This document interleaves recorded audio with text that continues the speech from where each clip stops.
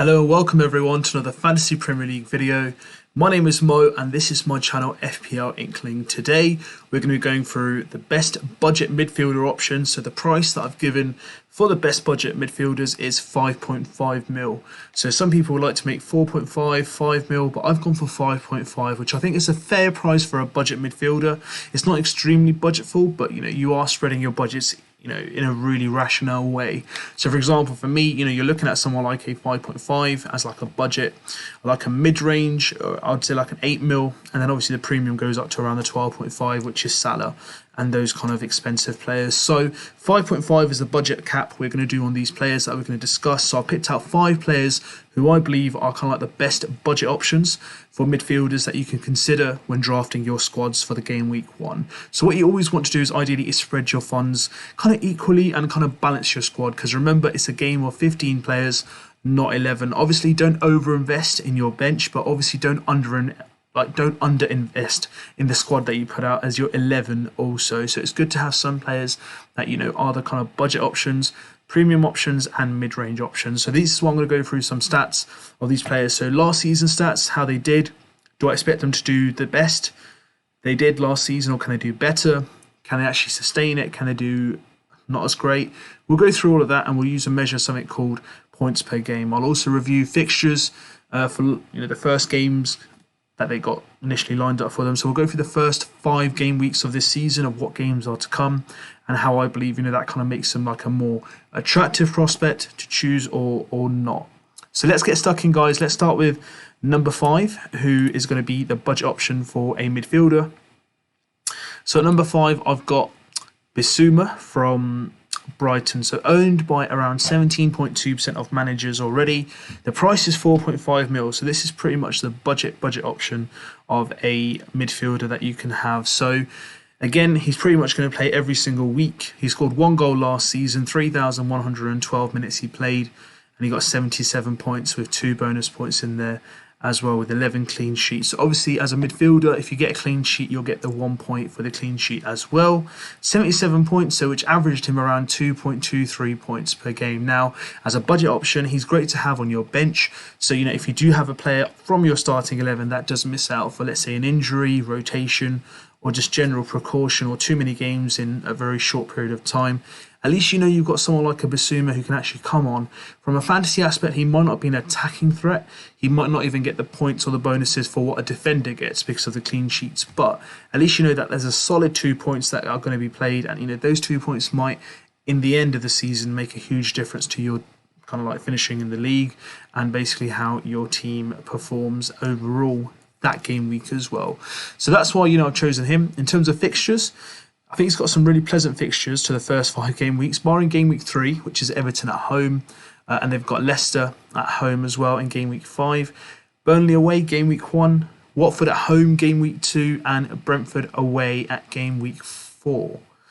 I think they're pretty generous fixtures, with 2 of the 5 fixtures are being played against the promoted clubs. So maybe some good returns there, but obviously he's not one of those FPL assets that will go, kind of set the stage alight. You never know. Now that I've put the mockers on him, he might go and score a few goals or set assists up as well in the first couple of game weeks. But he's a good player to have, and that's why he's coming out at number 5 for my budget options in terms of a midfielder, because he's only 4.5 mil and he's pretty much nailed to get you 2 points, unless he gets booked, obviously, or gets taken off before the 60-minute mark.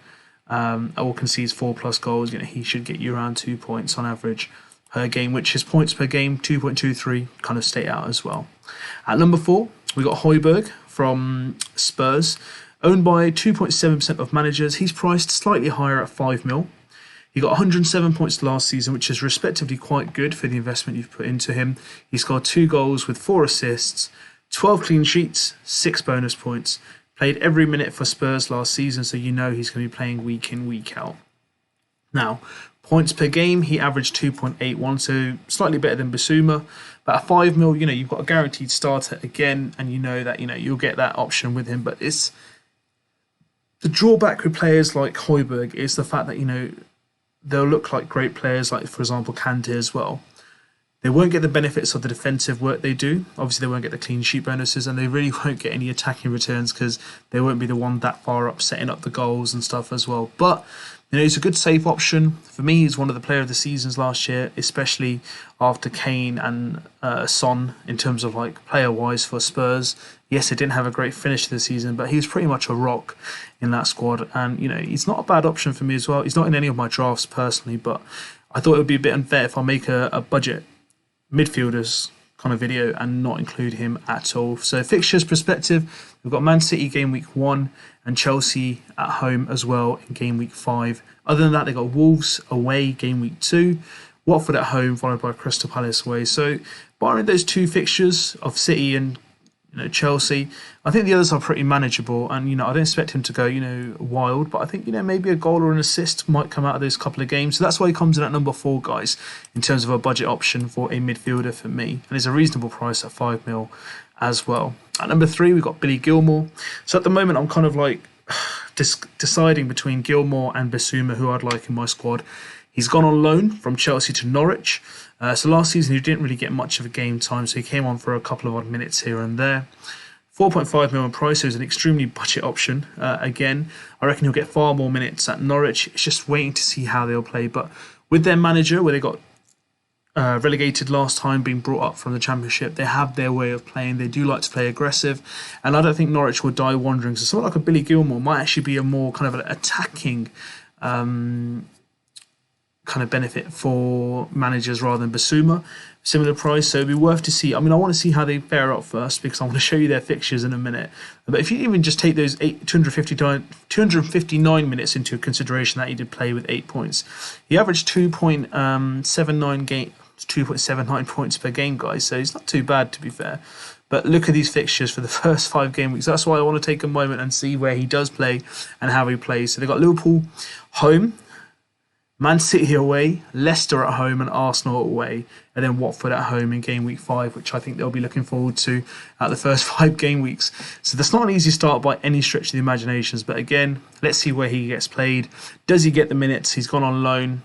It's a lot to look forward, but not a bad option at all because I've seen some really good performances from him for Chelsea, but also he played really well against England in the Euros for Scotland. So he's had COVID as well, so let's see if that impacts his game. But let's see him for the first couple of game weeks. Let him get past that tricky first 4 game weeks, and then there's no harm in bringing him in from game week 5 onwards, because then you can see all the way down to game week 15.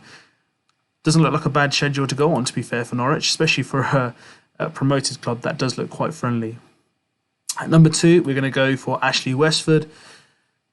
Westwood. So Ashley Westwood, he's owned by 0.7% of managers. He's priced at 5.5 mil. So he's going up the top range price-wise. So I think he was the second highest point scorer for this price range last season, 112 points. He played pretty much every minute. 3 goals, 4 assists with 112 points respectively, 5 bonus points, 11 clean sheets. And points per game, he was 2.95. If you look at his last 3 seasons, he's been pretty consistent. So he's been around the 111, 118, 112. Do I expect him to go higher? I don't think so. Do I expect him to drop off? I don't think so. But for 5.5 mil, you're getting those many points and you'll get those returns. For a Burnley side, they don't score many goals. So you kind of know what's going to be on the tin there. But for 5.5, are there better options elsewhere? We've gone through Hoiberg already. There might be an option which I'll go through after as well. So let's go through their fixtures. First 5 game weeks, Brighton, first game week at home, followed by Liverpool, which is a tough game away at Anfield, Leeds, Everton, Arsenal. So it's not a great start, to be fair.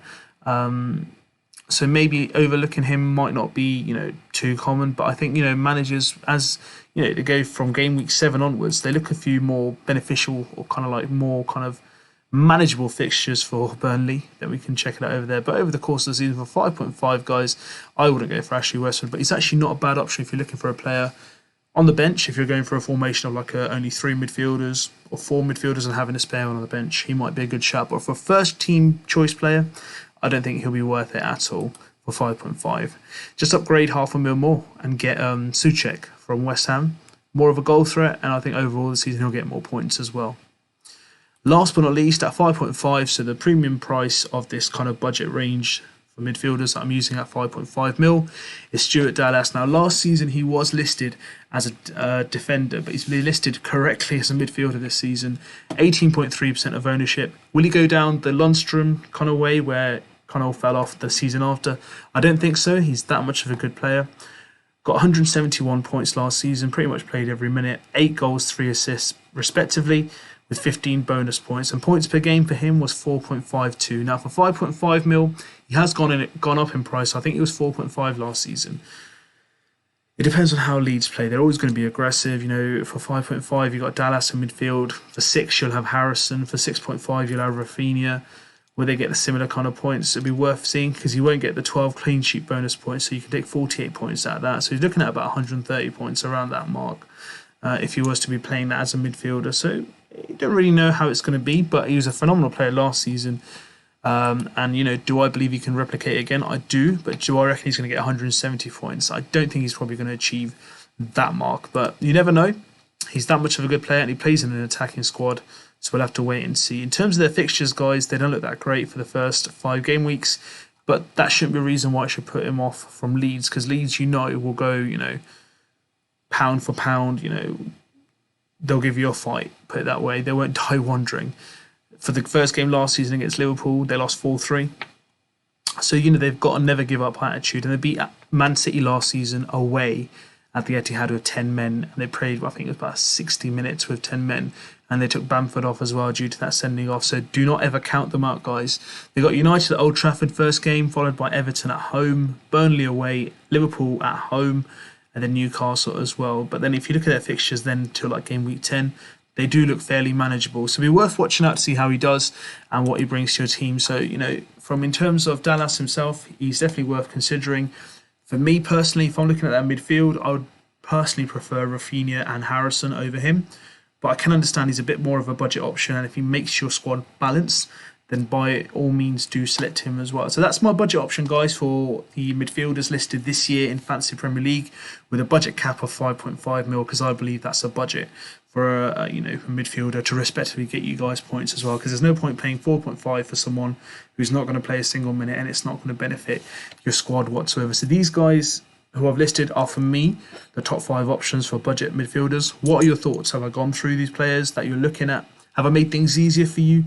Have I complicated them by going through these stats? Let me know. Also, have I discussed any player that you know, if I haven't discussed a player that you're looking at, let me know. I can let you guys know more about it. Drop me a comment in the comment section. Let me know what I can help you with. If you haven't liked this video already, take the moment to like it if you liked it. Also, if you haven't subscribed to my channel, then take this moment to hit that subscribe button and help this FPL Inklink family grow. If you haven't joined the league, guys, the codes are at the bottom left. All you got to do is type it into the FPL website and you'll be part of the FPL Inklink league itself. Thank you so much for viewing. I hope you enjoyed this video, and I will be back with some more content very, very soon.